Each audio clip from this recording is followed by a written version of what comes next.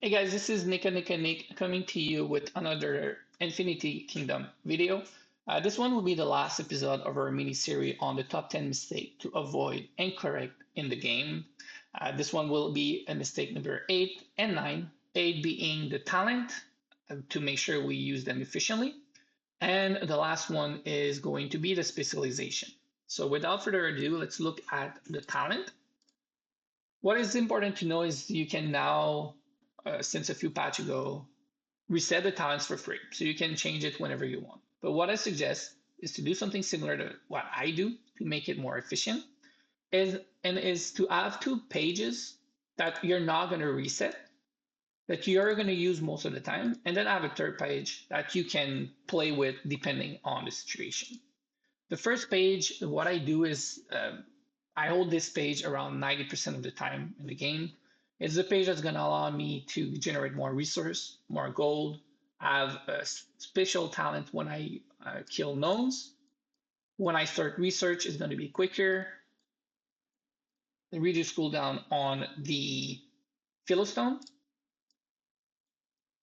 Here, it's also very, very important. Effortless will allow you to kill gnome boss for free. You get 5 stack. The cooldown is only 4 hours, so you can keep that going almost every day without using AP, killing gnomes for the battle pass. And then you also have the AP reduction here and more resource production as well when you're full prosperity. For now, this is only level 3. As I get up in Lord level, I will be able to get this even higher. The goal is to keep this page 90% of the time, so everything that has to do with generating resources and using less AP. The second page is pretty much the opposite of the side of the talents, but still on the development side. So basically, this page is going to allow me to get a quicker building queue, quicker dragon research, purify dragon chests, and do my fountain, my wishing fountain efficiently. Now, this is for building. I also have the gathering for food, the gathering for wood, the dragon. It's going to be quicker. This is for the wishing fountain. You need that whenever you do the wishing fountain. This is to purify chests. It's quicker. Always use it. Dragon. It's going to cost less gold. Wishing fountain. So these are the main ones that you want to make sure you have. And now this page, I only switch to it when I'm doing one of those things. Example, when I'm doing the wishing fountain, switch to it, I do it, and then I switch back to the first one. I want to upgrade a building, I put this one, upgrade a building, switch back to the other one. These are not going to move, I don't change them, so switching between one and the other takes a second. So it makes it easier and effortless, so I don't forget. The last page comes to fighting. Depends on who I fight.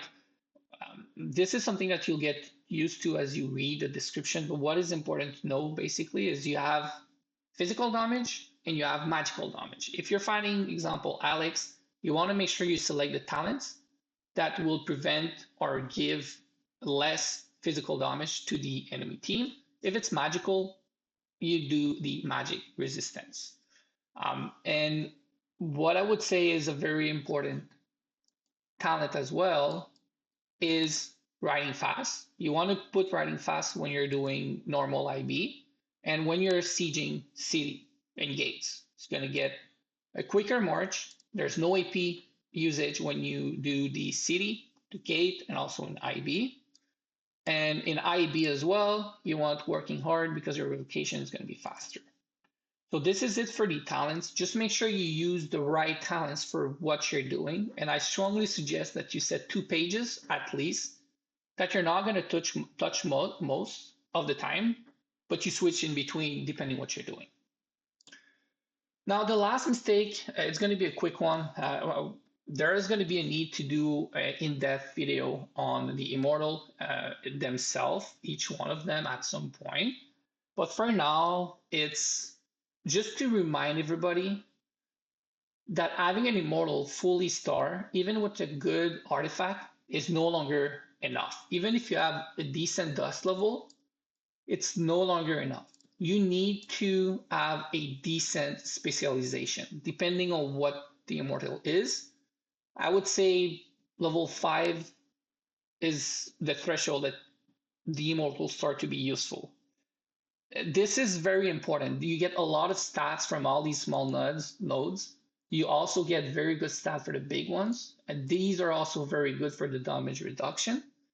And a lot of players underestimate the specialization. I'll give you an example before we end this video. Just the fact that a player does not have specialization, even if he has Chaos Immortal, really good red skills, the low specialization level do such a difference that sometimes you get something like this, where a second team has no red skill, but if you look, even the dust is low. If you look at the specialization, my Alex is maxed out. Again, no red skill, or actually one red skill, only level 3. But then you face a full chaos 8/8 level 55 Shadow Dragon, red skills,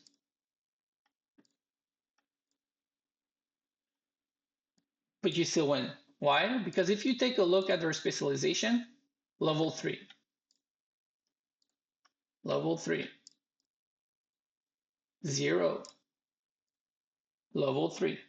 The specialization makes a big difference in your combat and your PvP effectiveness.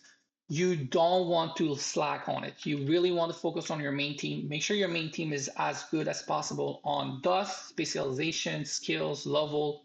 It's a combination of all of them. Specialization, don't forget about it.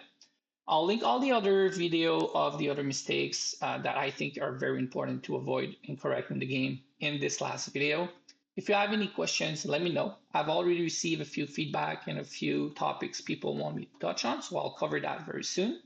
Again, if you have any comments, feedback, just let me know. Thanks for watching, guys.